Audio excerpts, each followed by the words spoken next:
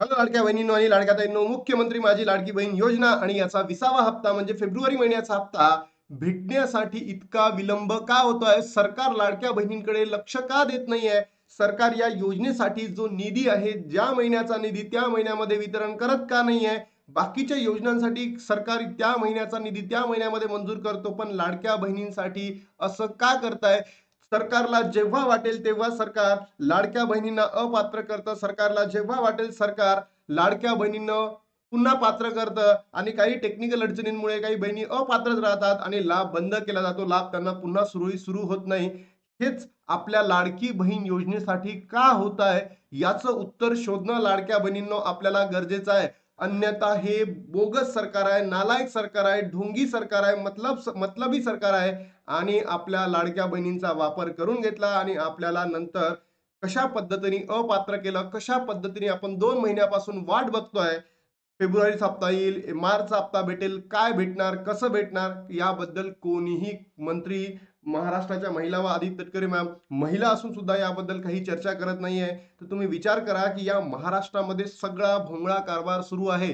तर लाडक्या बहिणींनो, जोपर्यंत कोणीही महाराष्ट्रामध्ये या लाडकी बहीण योजनेसाठी आवाज उठवणार नाही, तोपर्यंत आपले हप्ते सुरळीत सुरू होणार नाही. यासाठी लाडक्या बहिणींनो, आपण आपल्या YouTubeच्या माध्यमातून, आपल्या Facebookच्या माध्यमातून सरकारपुढे आवाज उठवणार म्हणजे उठवणार. 15 एप्रिल पर्यंत यावेळेस वितरण पुढे जाऊ शकते का, याबद्दल सरकारकडनं अधिकृत अशी माहिती आली नाहीये. मग ही न्यूज का चालू आहे, सगळंच तुम्हाला या व्हिडिओच्या माध्यमातून सांगणार आहे. आणि लाडक्या बहिणींनो, ई-केवायसी दुरुस्तीसाठी शेवटचे 7 दिवस बाकी आहे. तर तुम्ही काय करायला पाहिजे, काय नाही करायला पाहिजे? आणि अजून एक महत्त्वाचा प्रश्न, जर एप्रिल महिन्यामध्ये 15 तारखेपर्यंत जर लाभ भेटला, मग तुम्हाला फेब्रुवारीचा महिना मिळणार का? एप्रिलचा महिना म्हणजे मार्चचा महिना, फेब्रुवारी आणि मार्च दोन्ही कंबाईन मिळणार का? सोबतच ₹1500 एप्रिलचे मिळणार का? याबद्दल सुद्धा एक मोठी न्यूज आली आहे, बातमी आली आहे. सगळंच तुम्हाला या व्हिडिओच्या माध्यमातून सांगणार आहे. आणि लाडक्या बहिणींनो, महाराष्ट्रातील तमाम बहिणींपर्यंत हा व्हिडिओ पोहोचवा, कारण आपल्याला आवाज बनायचा आहे. आणि जर आपण आवाज उठवला नाही, तर सरकार आपला लाभ, ही जी बहीण आहे ना, सरकार असंच पकडत आहे.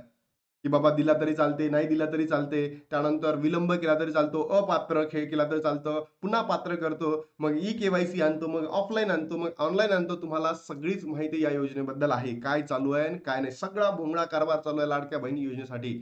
फक्त निवडणुकीसाठी लाडक्या बहिणी सख्या होत्या आणि निवडणूक संपल्या आणि लाडक्या बहिणी पोरक्या झाल्या. म्हणून कोणीतरी खनकर बनणं गरजेचं आहे. कोणीतरी आवाज उठवणं सरकारविरुद्ध गरजेचं आहे. अन्यथा आपल्या या लाडकी बहीण योजनेला सरकार कशा पद्धतीने अपात्र करत आहे, तुम्हाला माहित आहे, सांगायची गरज नाही.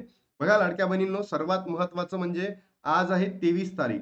जर 31 मार्च पर्यंत आपल्याला वितरण झाले लाडकी बहीण योजनेचं, म्हणजे तुम्हाला फक्त आणि फक्त फेब्रुवारी महिन्याचा हप्ता भेटेल ₹1500. तुम्हाला मार्चचा हप्ता भेटणार नाही. म्हणजे 31 मार्च पर्यंत जर या लाडक्या बहिणीचं वितरण झालं, तर आपल्याला फक्त आणि फक्त ₹1500. मग आता वृत्तवाहिन्यांमध्ये काय चालू आहे?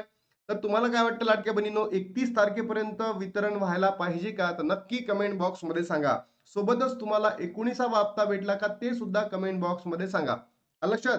की 19 आपल्याला जो आपला वितरण आहे, लाडक्या बहिणींनो, 19वा हप्ता म्हणजे जानेवारीचा हप्ता तुम्हाला भेटला का ते सांगा. सोबतच फेब्रुवारी महिन्याचा जर हप्ता तुम्हाला 31 मार्च पर्यंत हवा असेल, तर नक्की कमेंट बॉक्समध्ये सांगा. आता याच्यामध्ये प्रश्न उपस्थित झालाय की ई-केवायसीची शेवटची तारीख आहे 31 मार्च. बरोबर? तर काही वृत्तवाहिन्यांमध्ये असं सुरू आहे की बाबा ही केवायसी झाल्यानंतरच तुम्हाला पुढचा लाभ दिला जाणार आहे. म्हणजे तो कधी मिळणार आहे लाडक्या बहिणींनो आपल्याला? ऑलमोस्ट एप्रिलच्या, म्हणजे आता 31 मार्चला होईल आणि मग तो एप्रिलमध्ये भेटू शकतं. तर आपण काय करू, 31 मार्च पर्यंत जर निधी वितरण झालं, लाडक्या बहिणींना भेटला, तर आपल्याला ₹1500 मिळेल आणि तो 20वा हप्ता असेल फक्त. 20वा हप्ता. बरोबर?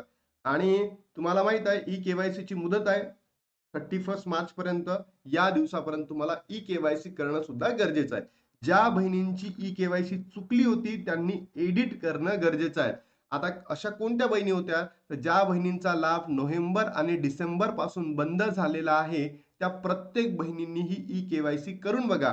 ज्या नवीन सुद्धा बहिणी आहेत, ज्यांनी ई-केवायसी केली नव्हती, त्यांना एकदा प्रयत्न करून पाहायला काही हरकत नाहीये.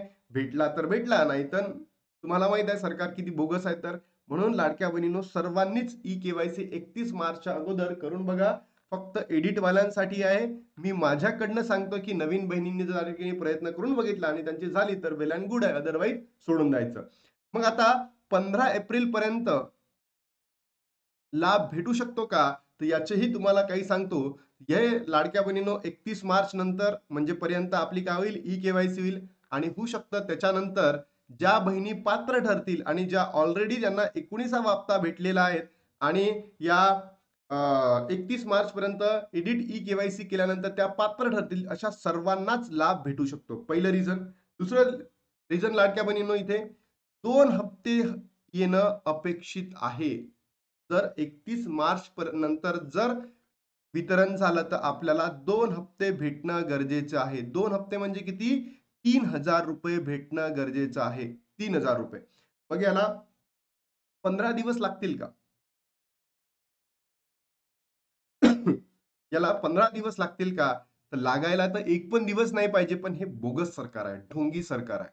15 दिवस जर घेतले तर होऊ शकतं 15 एप्रिल पर्यंत आपल्याला लाभ भेटेल. मग आता 2 हप्ते जर एकत्र दिले, तर मग पुन्हा एप्रिल मेचे 2 हप्ते नंतर भेटेल का? आणि असं होतंय का कधी? म्हणून सरकारने हे करायला पाहिजे. जर त्यांनी 15 एप्रिल पर्यंत दिले, तर इथे 3 हप्ते एकत्र देणं अपेक्षित आहे.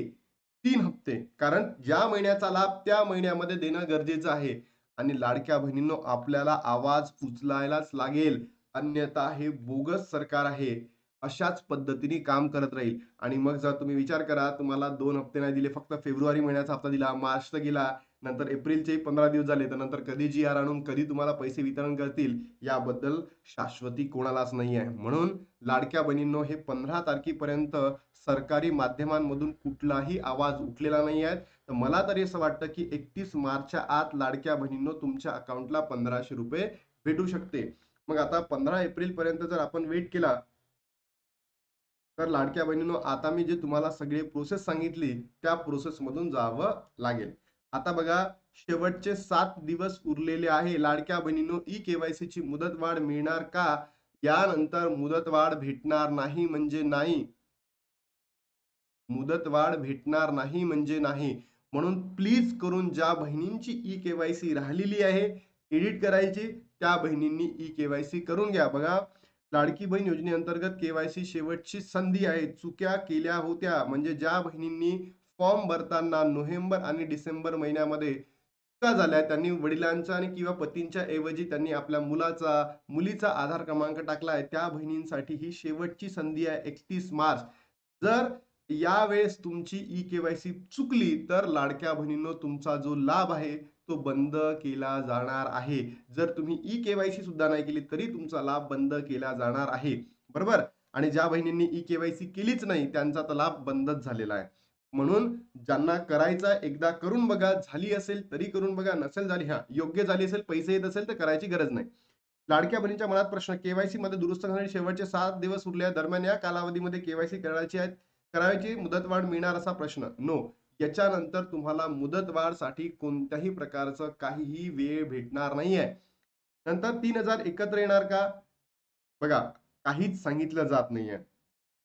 तर असं उपस्थित झाला इश्यू, तर महाराष्ट्राच्या मंत्री साहेबांनी यावं पुढे आणि डिक्लेअर करावं की बाबा, हो, फेब्रुवारी मार्च महिन्याचा हप्ता आम्ही एप्रिलच्या 15 तारखेपर्यंत देणार आहोत. बस एवढी ट्वीट करायला काय होते? जेव्हा मी व्हिडिओ बनवला होता लाडक्या बहिणींनो, किती 1 कोटी बहिणी अपात्र ठरणार आहे, लगेच व्हिडिओ बनवला होता की ह्या फेक न्यूज आहे. मग अशा पद्धतीच्या ज्या चांगल्या न्यूज आहेत, तुम्हाला वाटतं ना त्या फेक न्यूज आहे, सरकारला वाटतं म्हणून तुम्ही दिलं. मग असं लाडक्या बहिणींना तुम्ही खुश करण्यासाठी किंवा लाडक्या बहिणींना पैसे जमा करण्यासाठी तुम्ही अशा पद्धतीच्या न्यूज का देत नाही? हाही प्रश्न आपल्याला सरकारला उठवावा लागेल. आणि जोपर्यंत खणकर आवाज कोणी करणार नाही ना, तोपर्यंत हे बोगस सरकार आहे लाडक्या बहिणींनो. म्हणून मला सांगायचं आहे, मी आता या व्हिडिओला महाराष्ट्रातील तमाम बहिणींपर्यंत पोहोचवा. 10 एप्रिल पर्यंत आपल्याला 3,000 रुपये भेटेल का? मला असं वाटतं, जर एकत्र लाभ दिला तो म्हणजे एप्रिल महिन्यामध्ये, तर एकत्र भेटू शकतं, अन्यथा तुम्हाला एकाच महिन्याचा. 1,500 रुपये बंद होण्याची भीती आता महाराष्ट्रातील बहिणींच्या मनामध्ये आहे. तर लाडक्या बहिणींनो, तुम्ही काय करा, तुमची जी ई-के-वाय-सी आहे ना, ती एडिट प्लीज लवकरात लवकर करून घ्या, नंतर घेऊ नका. आणि जे पेंडिंग लाभ आहे, पेंडिंग लाभ बघितला जातो, पेंडिंग लाभ.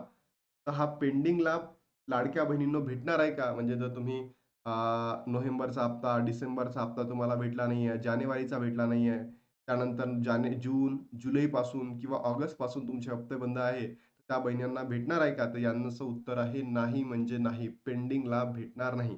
के-वाय-सी दुरुस्तीचे शेवटचे 7 दिवस बाकी आहे. लवकरात लवकर तुम्ही ई-के-वाय-सी करा. वाली 15 एप्रिलपर्यंत जर लाभ भेटला तर आपल्याला किती हजार रुपये भेटायला पाहिजे? 3,000 रुपये. एवढीच विनंती आदिती तटकरे मॅमकडे करतो. तुम्ही स्वतः महिला आहेत मॅम.